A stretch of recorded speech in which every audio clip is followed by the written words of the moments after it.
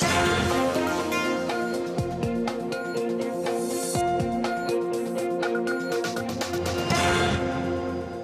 journal de l'économie sur TV5 Monde. Bonjour à tous et merci d'être avec nous. Le grand déclin des ventes de voitures neuves. Avec la pandémie et les fermetures d'usines, la production mondiale est passée de plus de 92 millions en 2019 à 77 millions en 2020. Cette année, qui devait marquer un retour à la normale, la production a encore baissé avec 72 millions de voitures en raison de la pénurie de puces électroniques, une crise qui devrait durer jusqu'en 2023. Et comme les délais de livraison des véhicules neufs s'allongent en raison de ce manque de matières premières, cela décourage davantage les acheteurs. Au Royaume-Uni, le recul des immatriculations est de plus de 34% en septembre. En France, c'est une baisse de plus de 20%. Le seul point positif pour les constructeurs, c'est une amélioration de leur marge. L'offre étant plus limitée, ils font moins de ristournes. Et direction le Texas maintenant, le nouvel Eldorado des crypto-monnaies aux États-Unis.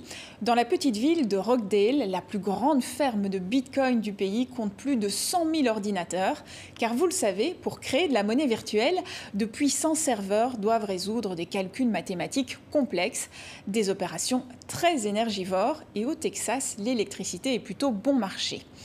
En 2019, la Chine était encore le principal producteur mondial de Bitcoin, mais les activités de minage, tout comme les transactions en crypto-monnaie, ont été interdites par Pékin pour empêcher la spéculation et le blanchiment d'argent. Chaque année, le minage de Bitcoin consomme autant d'électricité que toutes les Philippines, d'après l'université de Cambridge. Dans le reste de l'actualité en France, cette étude sur la charge mentale des salariés, 60% d'entre eux se considèrent comme stressés, c'est 2 fois plus qu'avant la crise. En cause notamment le télétravail. Cette nouvelle façon de travailler a contribué à brouiller les pistes entre la sphère professionnelle et privée. Malgré ces résultats, les jeunes interrogés souhaitent avoir la possibilité de télétravailler dans leur future entreprise. Pour eux, la diversification des lieux permet de ne pas s'installer dans une routine et d'être plus productif. 24 500 €, c'est le prix du stylo Bic le plus cher du monde. À l'origine de cette luxueuse version en or et en diamant, un artiste, Richard Orlinski, et un joaillier, Tourner. Seuls 8 exemplaires numérotés ont été produits et sa création a quand même nécessité 500 heures de travail.